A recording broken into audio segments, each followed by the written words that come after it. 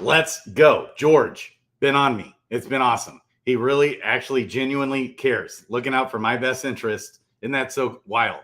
Kong knows it. He sees it. Even with these projects that he's advising for. Okay. He always, first and foremost, stay focused on your channel, Crypto Grady, and know your worth, know your value. Don't let, I'm rooting for these projects, but don't let that get in the way of what you're doing. So he's always, even against his own interest, looking out for my best interest. And it's just like wowzers. I don't know where the guy gets the time to do that, man. It's just, I don't know how many hours are in the day for him, but it's more than I got. I know. So, and he was talking about yesterday on his stream last night, if you watched it, how, it's more rewarding just to help people that need help, So it's like he's at a place in his life where he's successful and he'd rather spend his time doing that. That's cool. Building relationships too. I mean, that's still a long game, building things up, opening up opportunities for people, So I'm excited to go to Vegas, be meeting influencers there. So cool. That's how all a rising tide will rise the ships. Okay. When we're connecting with other communities, and that's how we bring exposure to DeFi kingdoms, to Dragon's Crossing, and then vice versa with Alpha District, the weight token, that community. And it's just intermingling now. Hasn't it been so fun seeing the weight community kind of intermingling a little bit with DeFi kingdoms and vice versa? That's what it's all about, man. To me, it's we got to bridge these communities, and it's like there's plenty of room for everybody to eat, So it's all about, communication and just vibing with each other, man. It's just crypto in general is just so small right now. It's to me, it's very exciting times. I love it, loving life, and so. Man, George has just been good. So we're going to try, thanks to Kong. If Kong wasn't in my life, I'd be an absolute wreck. Just so you guys know, he's my right-hand man. I'll tell you what, keeps me straight. He's really the one that just pushed it and made this video today happen. I love it. So we're going to try and do it every day, 7 p.m. Get back to that. Okay. That's the goal here. And so George's been a blessing. We got Voyager has opened back up. So Voyager, 1/3 of your funds, if you have funds on Voyager, it's opened up. You can send 1/3 off. I'm doing it right now. So that's a little relief actually for me, even though it's only 1/3, and hopefully we get more back. It's not just going to be 1/3. It looks like. Okay. So we got Bitcoin pumping. We got Jewel pumping still today. Jewel's up again today. Look at this wick. It wicked up. Boom. Just blam right there. This is the 1-day chart. Here's the 7-day chart. Here's the 1-month chart. Look at that rebound. Okay. What's going on there? We got new people coming to the game. We got George tweeting about it. We got Brian commenting on it, as we saw last night. Christian, awesome stream last night with Christian Peter. Love that guy. Okay. We've got the ETF, the ETF's going on. This is all Kong, baby. He's like, we got to start talking about the news more. And I know all this stuff. I follow all the YouTubers. He actually brings the articles. I love it. So there are several institutions now, of course, as we've always known, manipulating the markets. I'll say this is from Cointelelie, right? As BitBoy calls it. And it's true. I don't like these media organizations, but this is true. We've always known this is true. There's 8 major banks here, okay, that are custodying $27 trillion of assets, and they're actively seeking to provide clients with exposure to Bitcoin, of course, because where else are you going to go, right, with your money? So if the banks can join forces with Bitcoin, which we know is going to happen, it's inevitable. It's one of the best assets you could ever be a part of. Do you want to go to the stock market? Well, you got to hedge your risk. If you're in the stock market, you don't want to be in the banks.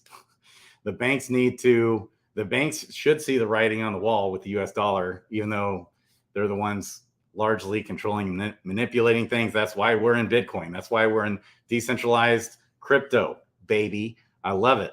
We got Ethereum, but Bitcoin dominance, as Benjamin Cohen is always talking about, the alts are down, but some alts are not down, AKA Jewel, baby.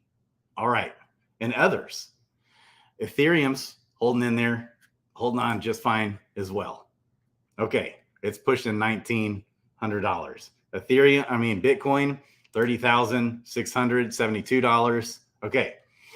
So some of these banks, okay, besides BlackRock and Fidelity, okay, we got JP Morgan, Morgan Stanley, Goldman Sachs, BNY Mellon, Invesco, and Bank of America. They're all seeking to get into crypto. Now, sometimes with these articles, especially from Cointelegraph, it might be a little short-term top marking, but it might not. Who knows? With crypto, it could go up, could go down. Never know what it's going to do. It's so tricky, and especially with all the leverage trading that happens these days. Up is down and down is up oftentimes. Okay. And so we also just had Fidelity. How many people have been FOMOing into the ETF filing since BlackRock? BlackRock filed there's 575 out of 576 filings for their, anytime they file for an ETF, save one time, it passes in their history, which is nuts. Okay. Now this could still not pass. It's Bitcoin. They never like to pass it. But since they filed for the ETF, we had all kinds of people piping up. We got Fidelity filing for the ETF. So of course, Bitcoin is so undervalued in the grand scheme of things. Okay. In my mind, when I think of a Bitcoin, it's worth $1 million, because I'm thinking 10 years from now, or even potentially 6 or 8 years from now. So that's how I think with it. So, okay. Fun stuff going on. It's fun when the markets start pumping. Since the beginning of the year, right, we had Bitcoin around $16,000 at the beginning of the year. So it's almost doubled. It's basically doubled. Yeah, I think we're at the highs for the year 2023 right now, or we were just at them last week. So that kind of puts things in perspective in the overall scheme, you know. Mm-hmm. And so it's nice seeing Jewel rebound, DeFi Kingdoms. Okay, Jewel's pumping. New players are coming in. I think that's largely due Avalanche sending out tweets, Avalanche Gaming sending out tweets, having a great conference with 3XP, connecting with those guys, Dreamer, Sunbear, those guys.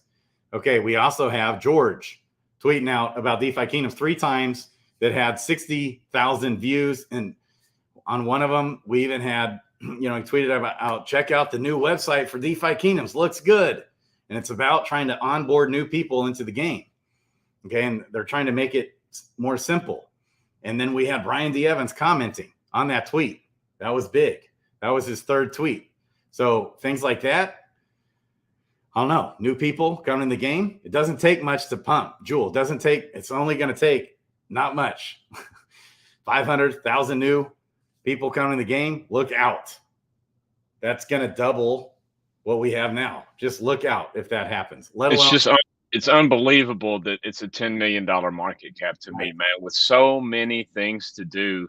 And a game that's been around this long, it's just so undervalued. I cannot believe it. $10 million freaking market cap. Okay. Another, what I would call gem, Dragon's Crossing, baby. Dragon's Crossing has ended. It ended when I started this stream, the season 1. I have to say, it was the most fun or most addictive game I've ever played in my entire life. Psychoanalyzing and I knew it would be this way. I just knew it would be. It clicked in my mind when one day when I was talking with Bloater Punch, he was just frustrated because people aren't getting the game. Well, we got to show the game. That's kind of what I was saying. But I just knew that what he created was awesome and fun. And he wants to keep building, wants to keep growing. He's hired a new dev, a new back end or front end dev. Remember? I think it's a back end. Oh, no, I'm sorry. I think it's a front end dev. Because we have 2 back end devs, yes, now 2 front end devs. Okay. And that's exciting because that's more stuff that we see. Right.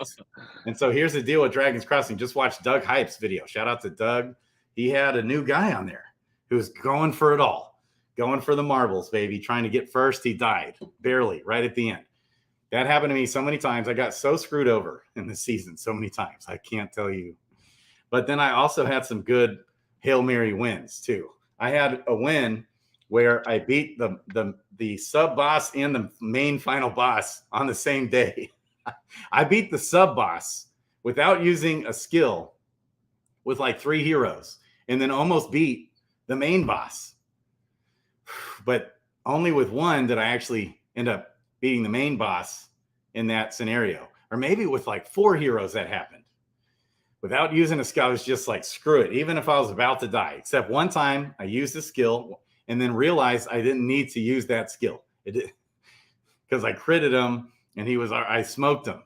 I was like, dang it, I should have saved the skill. Well, it came right down.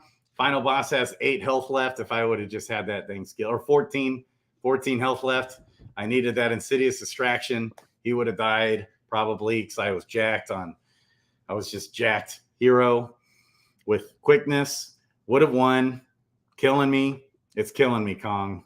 It's Dude, yeah, show a picture of your heroes. But yeah, yeah. that's dude, it's so crazy how you psychoanalyze this game so hard. But I know that we've had conversations to where now you really feel like you have a good grip of the basics and the foundation of the game. So now you can kind of make more educational videos and whatnot going forward, to help people that are coming in for season 2. And me personally, man, I was looking forward to the next day and watching that timer for the 24-hour clock, almost every day, the whole season.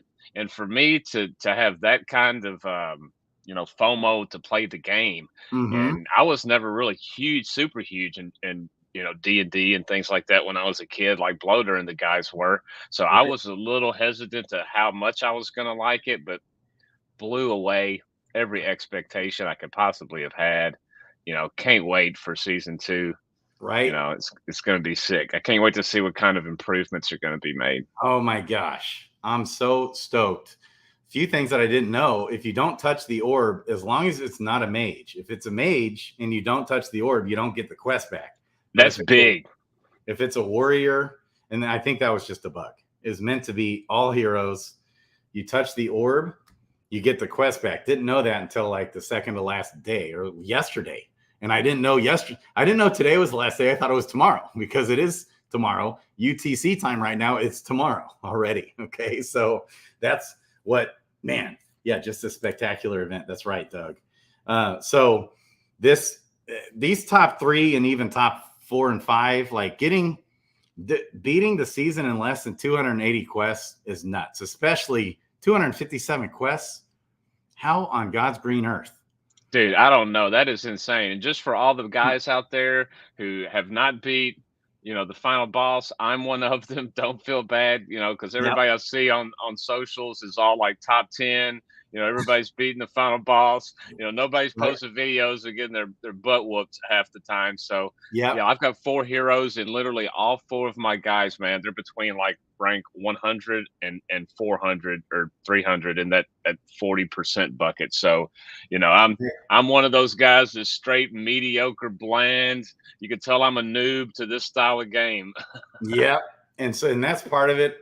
I delivered many foul words out of my mouth, okay, playing this game. But you just kind of realize that's part of it. If everybody could win, everybody would win. But it's not the case. Most people lose. Even this guy, he's still ranked 119 out of what, 880? Yeah, that's good, man. That's and really that good. was 412 quests, and I died with him probably like several times. One thing I also realized as far as strategy is, at least for this season, I had the heroes it was odd. I kicked ass with my archers. Okay. But that's not other people's feedback. And I was just pretty good with my warriors, and had a rough time getting my mages through. It's like I had to level some of them to level 20 and still didn't win, even when they were perfectly jacked, perfect matchup, like stupid, which means he's reduced chance to get hit by Abaddon at 225 health instead of 245 health, and had the most jacked hero and did all this awesome skills perfectly and would get smoked. It's like, yep. what the Yep, heck so I was was the that? same. My mage was my least performing of the Yeah, 4, and I've got all classes. but the mages are good. I found, so here's what I found. When my heroes that did the best is when I really had a ton of armor mitigation. So back to some of the things Bob Nothing was saying, tons of armor mitigation combined with, if you can somehow get lots of armor mitigation and lots of armor mit number amount. Okay, both. So I had, for example, an archer with this mythic ring, okay, they gave me 6 extra, just the ring, which is kind of random, gave me 6 extra armor mitigation points. So when you have high armor mitigation percentage and high armor mitigation number, you get hit, but it doesn't hurt you hardly. Like I had an armor mitigation number, one of my guys at like 27, okay, and an armor mitigation percentage of like almost 80%. So it's like every time I do actually get hit, I've got an 80% chance for it to hit the armor, and then the armor mitigation number subtracts the amount of damage you're getting. And so it's like so many times I get hit, 0, it wouldn't hurt me. And I Dude, get, that's what's huge and I didn't have that. And that yeah. at the end game, if you don't Mm-hmm. have that, you're not going to advance. So that's something I'm going to put a big focus on Right. next month. Is you got to have both. Yep. And so now sometimes you can get lucky when you have those heroes that have high crit and high. I was big on dodge, but seemed to be a little glitch in the dodge too. Because like, let's say you had a piece of equipment that would give you 8% dodge, it would actually translate to like 6% dodge. So I've noted, I was psychoanalyzing everything. I was planning on doing way more streams, like even daily streams, but I'm the type of guy where it's like, I have to dissect the thing, laser focused, everything else on earth stops while I'm laser focused, spending 12 hours a day. Yeah, that's too much. Playing this game, psychoanalyzing every aspect of the game, thinking so thoroughly about, is it good to use a stash, not good to use a stash? That's up in the air still. But I can tell you, like, if you want to win, like, how I told you Kong, this 257 rank or 261, those guys probably used the stash. Mm-hmm. I'm not so sure because it just takes a lot of quests to do that. Right. You're going to burn through significant amount of quests just traveling. Right. But you're saving on having to ever heal and use health. So if you start earlier in the season too, you can go, and then when you hit that tile 4, you could consider, even if you have 10 quests left that day, you might be like, I've got enough time to win this thing. I'm going to not waste quests, go back, heal, keep battling. You could just let those quests go, come back tomorrow with full health, ready to go. Maybe you could do that for a few days. I think would have been a good idea, not pushing it on that 4th tile and then trying to get to that 5th tile, trying to open up that herbalist. Making sure you stay in the 3rd tile, man, until at least level 13 and maybe even level 14. Yeah. Yeah, because you got to move on through. As soon as you open up 4, you need to just blast through there to get to that next herbalist. Yep. And then as soon as, you beat that final boss on 4, get to level 16, go move on. Okay. Yep. So the game, people don't realize that Doug was saying in his stream, baby, Doug was saying, and the guy that he was with, I forgot his name. He had another, Doug keeps finding all these awesome guys. We got I Know Kung Fu. We got Crypto Boogie, which I need to tweet out we have all these new people popping up doing streams on Dragon's Crossing. And one thing they said on that stream that Doug just finished up was, people aren't going to get this game. You got to actually play it and get a feel for it. And then the light bulb goes off. Whoa, this is big brains. Like you're stuck with tons of impossible decisions. Yep. We can sit here and play on a remote control. I love how Bob Nothing said, dexterity in your hands, hitting buttons on a remote, such as like a Diablo or something. That's great. Go for it. What Bob Nothing said is, I love the big brain stuff. That's what this is. This is strategy to the fullest. People who like chess are going to love this game. Right. Right. And so your crypto stashes of the world, which still my goal to at least get him in here and to try and wrap his mind around the game someday. We'll see. Probably won't happen. Okay. And for him to realize it's not all about cool graphics, and even though the art's great, the music's phenomenal in this game. It's like, okay, dexterity in your fingers, quick that's how Thetan Arena is. Bro, I'll tell you, and the graphics I think are overrated nowadays because Right. I know you got a son that's about my son's age and he's 15, and these kids are playing the Minecraft and other pixelated graphic games that are similar just as much, if not more, than they're playing these high-end AAA games. Right. And you know why, bro? It's because of the community. That's what it's all about. But as long as they can have fun with their friends, they don't care what it looks like. That's right. I love it, man. So that for Dragon's Crossing. Okay, listen, the mint is still live. You can get in there for $150. Try it out. Buy a hero. Yes. If you don't like it, they will refund you after playing season 2. If you don't like the game, they'll refund you the $150 you paid for the hero, or $250, I guess, if you do a boosted mint. And then they burn that hero. But soon, we don't know exactly when, but real soon, within these next few days, maybe. I hope they wait until like 5 days into season 2 before they burn the unpurchased heroes, right? That would make sense to me. Wait until after season 2 starts and gets going before you burn the heroes. That's my vote. That way, another season starts up, the hype gets going, and now people are interested who haven't heard about it yet, might want to come in and buy a hero. Well, regardless. Because when a new season starts, then that full opportunity to not lose any quest for the month is on the table. So you can potentially, bring some more people in. That's a good idea, to just give it a few days if you're going to do it. But regardless of which way they go on that, if they do decide to burn the heroes sooner, it'll just make our heroes worth more. That's what that means. So we'll be able to sell them on OpenSea. Okay, so either way, I think it's bullish. I think it's bullish for Rift heroes as well. The shards should go up, I would think, because the game's awesome. The word's spreading slowly. The word's getting out. People just got to hear about these things over and over again. Okay, and I think spell books with new heroes coming. Okay, there's going to be a bunch of new heroes that if you bought in the original mint, you're going to get another hero on top of. You're going to get another hero. So I've got 8 more coming. I'm either going to need to sell some or give, hopefully my kids can manage my heroes, because there's no way I can do them all. Okay.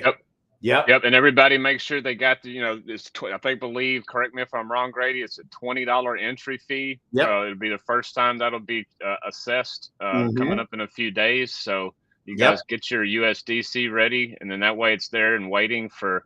Will it be the last day of this month, just like last month? Will be day 1 of the new season. Yep. And so there's going to be a lot of heroes needing spell books. I'm bullish in the short term, very bullish on the spell books. If you want to win this season, it's so crucial. I mean, it's the make or break difference potential. You got to have all the right levels too. It's spell book for each level. Yeah. And all those little small decisions make such a big difference in this game. When you're it can make or break your whole season. It really could. Like on the difference of dying, not dying in just one little match, that means you keep going and end up winning the season.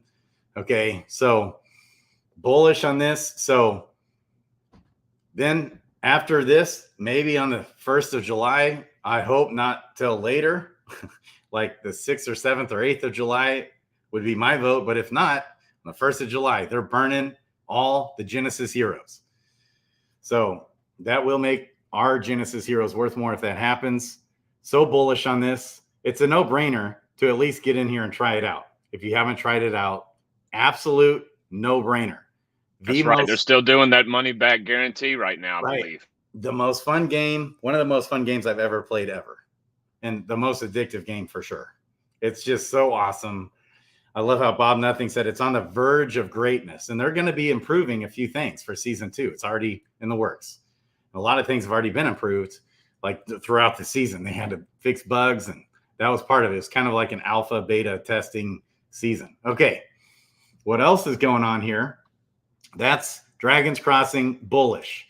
Also bullish hourglass weight.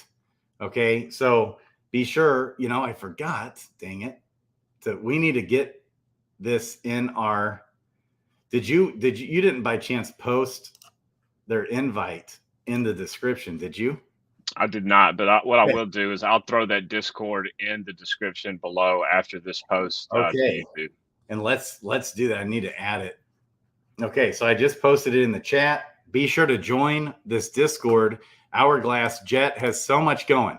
I don't know if you saw the video that went out today on Twitter. I'm sure you did, Kong. You were in there.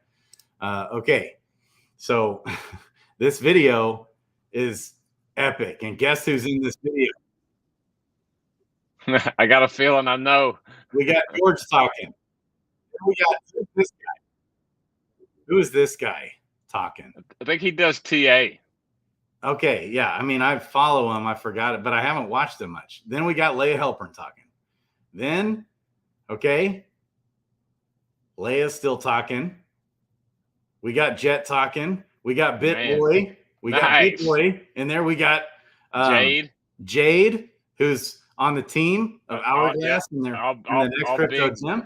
Big figureheads. Keep them coming. Big time people.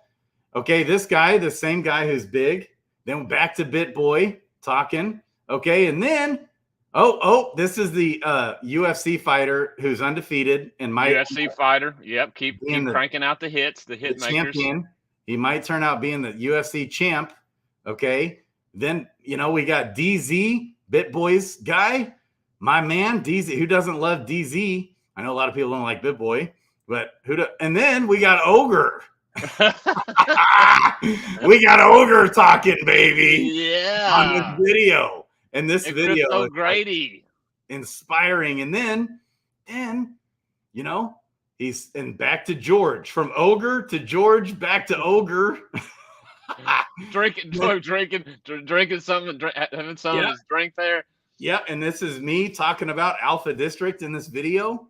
Okay. And then there's Crypto Lifer. And we got other big. We had Bit Shaman, who we've had on the channel right here, baby. Look at all these people, man. This is a big Neft guy, billionaire guy. Okay, not the partner though. Okay, and then it's over, right? It ends with Shiny D, my boy, Shiny D.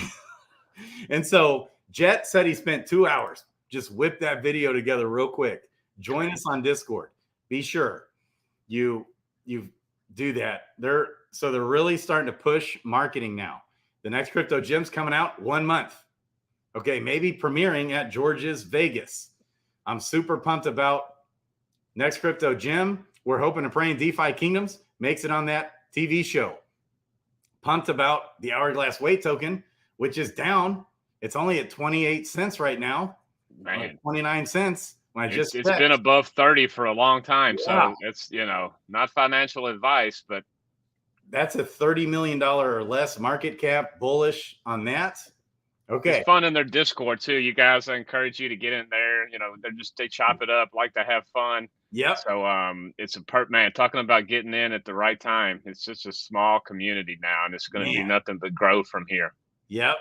And so there's going to be so much utility for the coin. Eventually for season 2 and 3, I think there will be for the next crypto gym in and of itself. When they have an app, we can put the weight in there and stake it maybe or something to get benefits on the show of some sort. Also for Alpha District, baby, Alpha District. The weight token is the exclusive coin for Alpha District. Let's find it. Okay. Alpha District, I am super bullish on this game. It's lure, big brains. It's your Web 2 style, it's like a Halo style of game with big money, big backing. It's basically the project's founded by Brian D. Evans himself, okay, who I've been chatting with a little bit, okay, over the last day. and George is an advisor, Jet is an advisor, and these guys are behind it. Big money's behind it, and it's going to be phenomenal. And I got a feeling the lore behind Alpha District is going to be awesome. I got a feeling there's, some big brains, depth, thought behind, really immersing you in the game and the lore behind it. And the integration of weight being the exclusive token that's only going to be used, that's bullish. A F for weight. So yeah, that's definitely people need to be following Alpha District Twitter. Yes, no brainer. Okay, and I'm going to be helping these guys out, I believe. Part of their team, they're going to be having their NFT launch. So the game's not coming out till next year, but they're having their NFT launch before then, like maybe within 4-ish months, give or take. So been chatting about that, strategizing. So the guy behind the lore, he's also been a developer of games such as Star Wars, Mandalorian, Clash of Clans, okay, and of the Avengers, okay.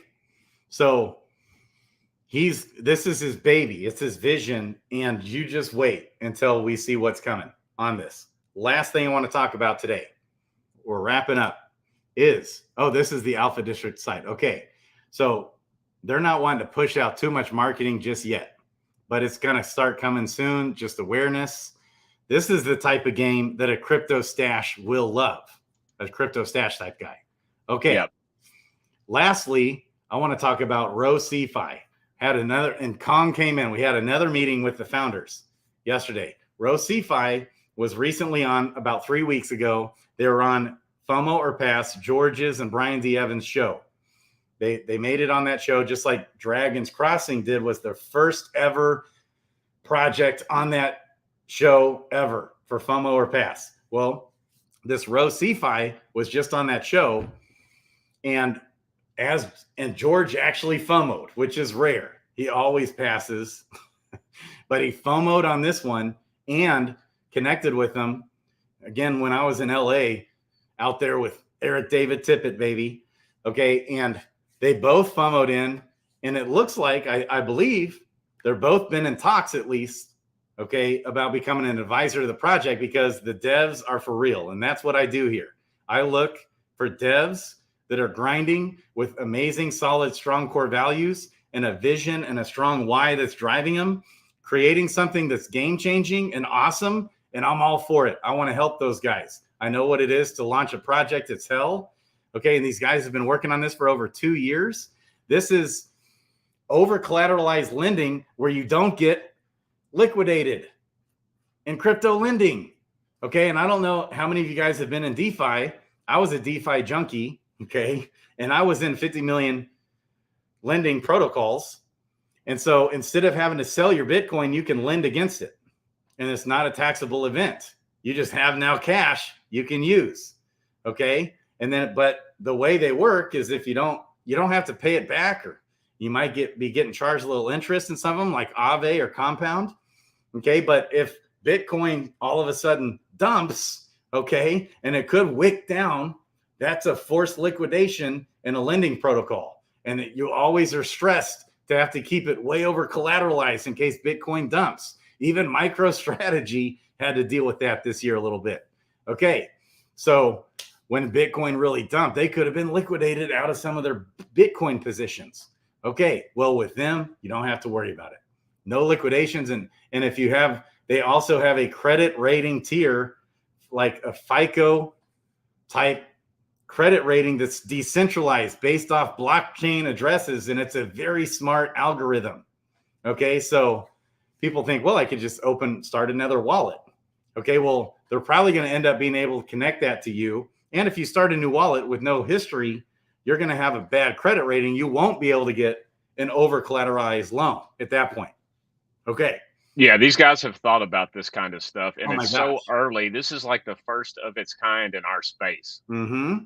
And they're wanting to merge with other lending platforms in certain ways too. They want to connect with other projects. This is a great project.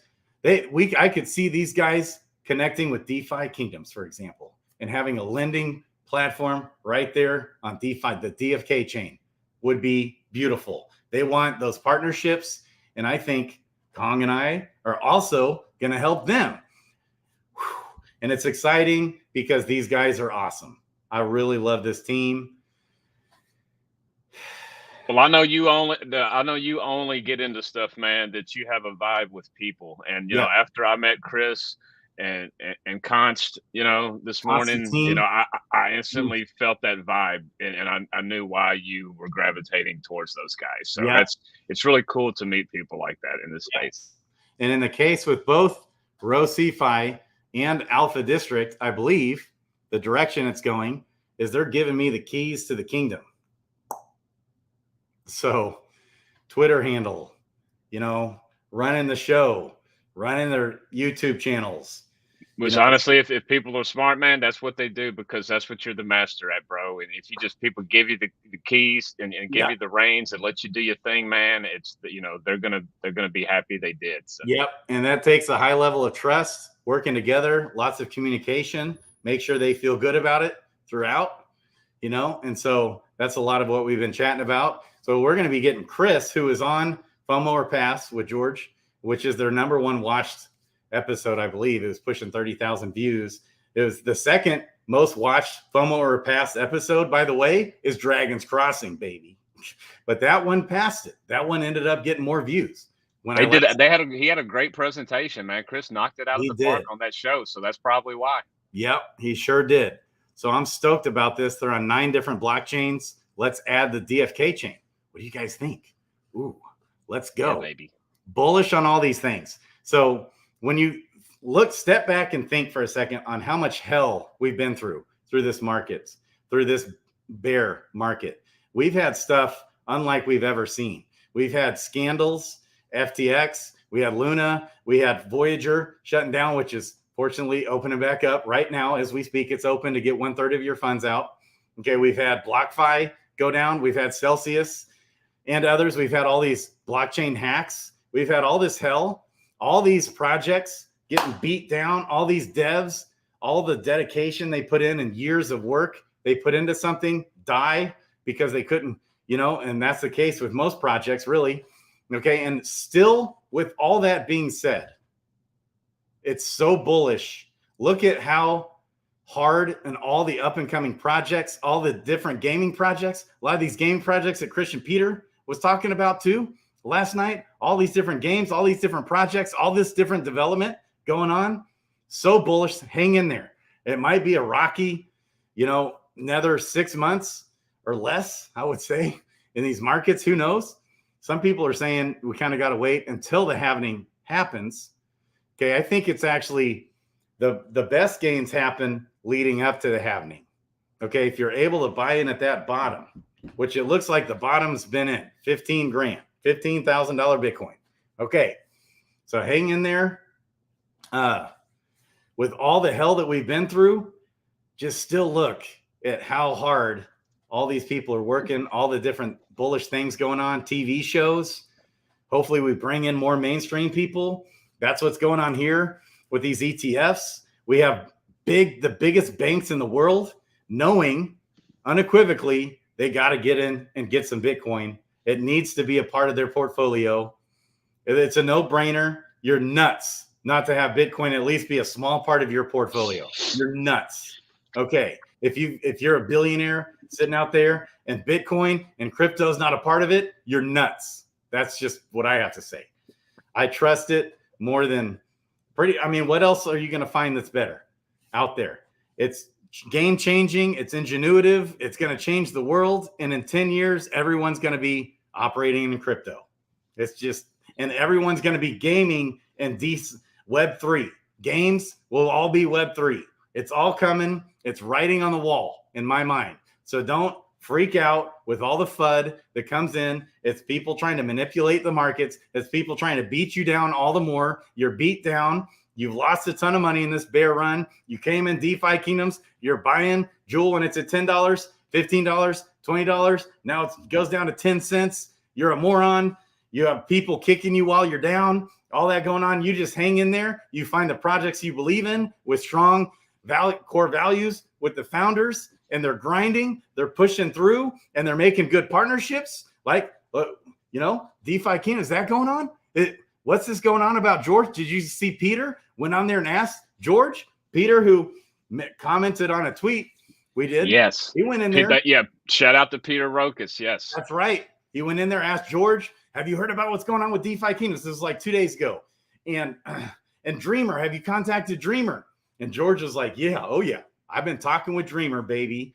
I know what's going on with DeFi Kingdoms. He said they've got a long ways to go, but I'm trying to help them. And there's more things I can't talk about.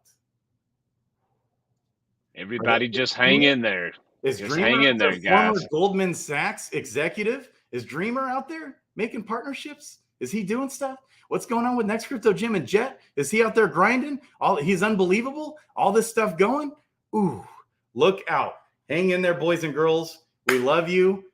Crypto Kong and Crypto Grady out. Let's go. Go and buy you a freaking dragon.